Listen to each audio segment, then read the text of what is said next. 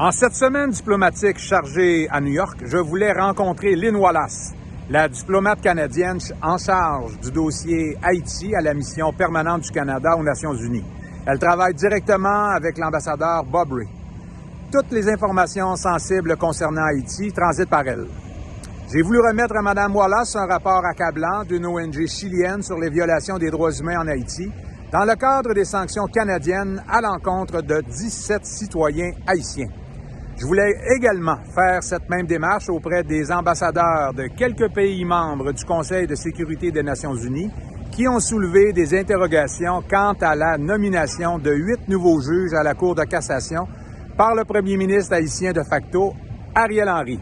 Cette décision a en effet suscité des inquiétudes quant à la dictature potentielle de M. Henry, notamment de la part de pays tels que le Gabon, le Mozambique, le Ghana, Malte, la Suisse et l'Albanie. Ces dernières actions du premier ministre haïtien ont soulevé de sérieuses questions quant à son pouvoir et sa légitimité pour nommer les membres du Conseil électoral provisoire pour les prochaines élections.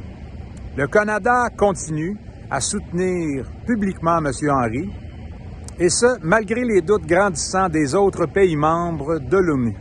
L'avenir politique d'Haïti est plus que jamais incertain et inquiétant pour les élections à venir. Qui aura le pouvoir de nommer les membres du CEP pour les prochaines élections? Cette question cruciale reste à suivre de près. L'autre question importante à se poser aujourd'hui est: quels sont les intérêts réels du Canada en Haïti?